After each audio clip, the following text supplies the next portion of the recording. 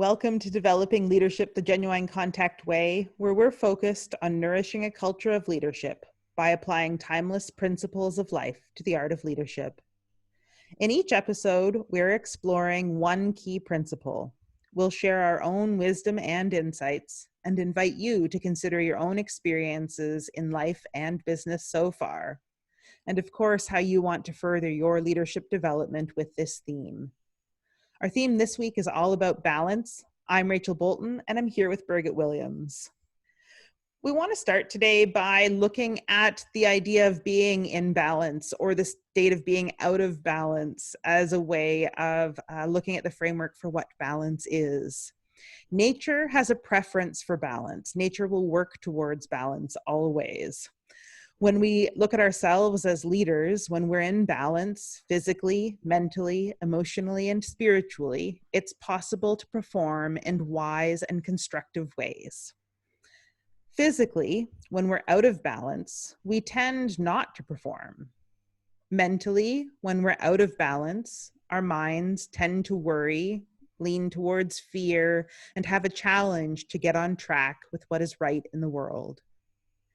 Emotionally, when we are out of balance, we make choices that are not in our best interest. And spiritually, when we're out of balance, it's easy to live in a way in which we are deceptive, even to ourselves. We don't access our authenticity and therefore end up acting from a false self instead of from an authentic self.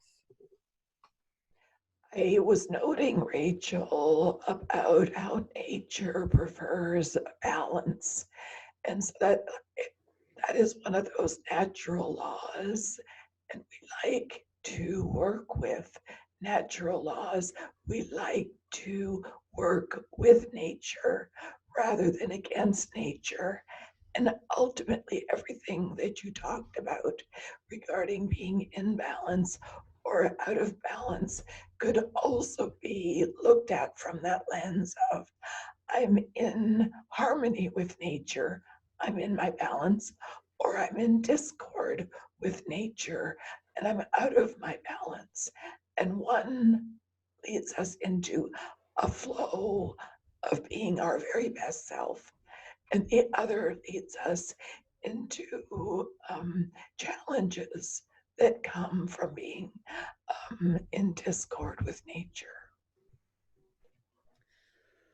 As you've just been talking, you've been looking at the two sides of balance, the in balance and the out of balance. And I think it's important, as we talked about at the beginning of this, what it looks like to be out of balance in these different ways. There's some ways that you might recognize in yourself, particularly when you know that you're out of balance. You might have other specific things that you know to look for when you're out of balance, when you need to come back into your own sense of health and balance.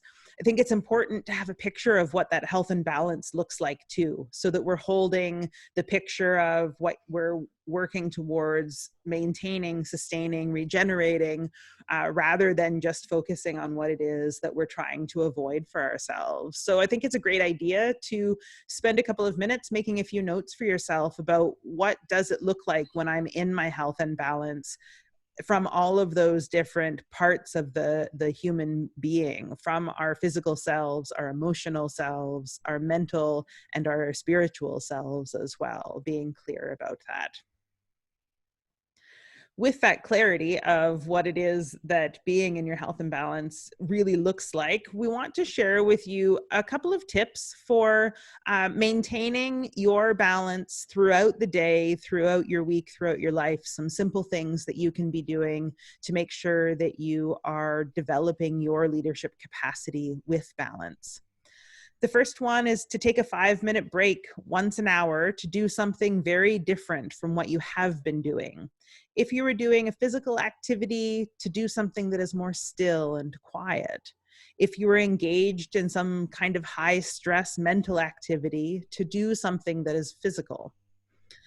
I work from home and I find a lot that I want to putter around the house. Like if I've been doing something that's really been high focus, high stress, computer activity, kind of mental activity, my inclination in that time is to go and putter and maybe, flip over a load of laundry or get the dishes started or to do something like that. And there are similar kinds of things that you can do when you're working in an office to get yourself moving physically, taking a walk to take a break somewhere or something.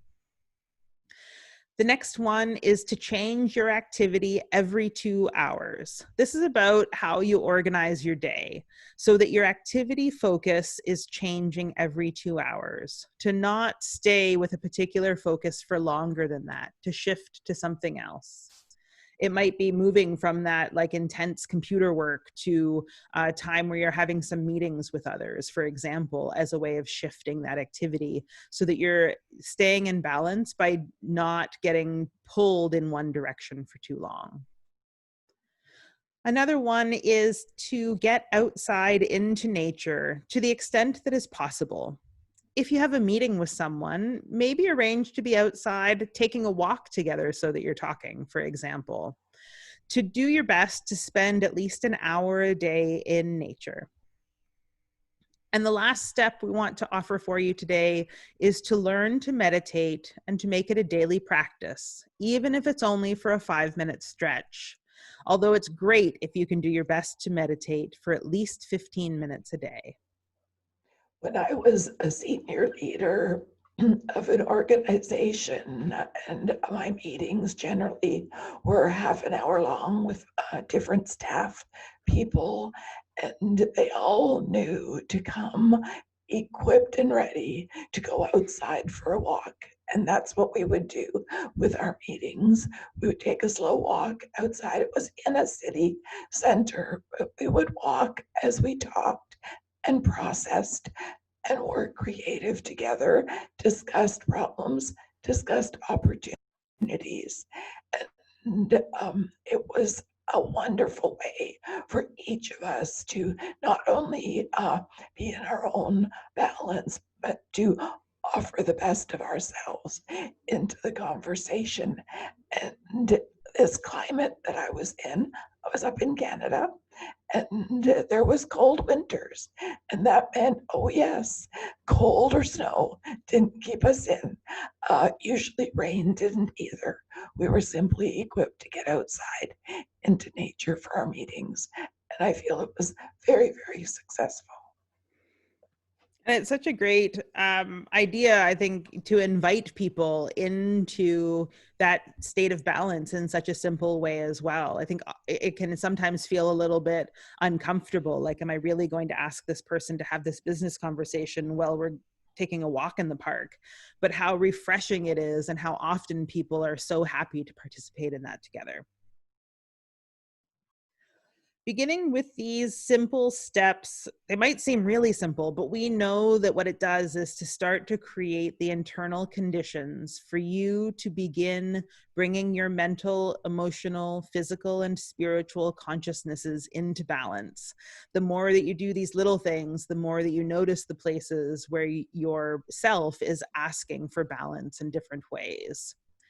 Depending on the state of balance you were or were not in at the start of this kind of leadership capacity development, you might benefit from engaging in the services of a personal development coach to sort out a plan for getting yourself back into balance.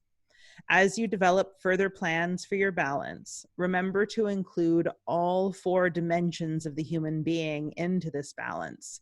And that's those mental, emotional, physical, and spiritual aspects of self.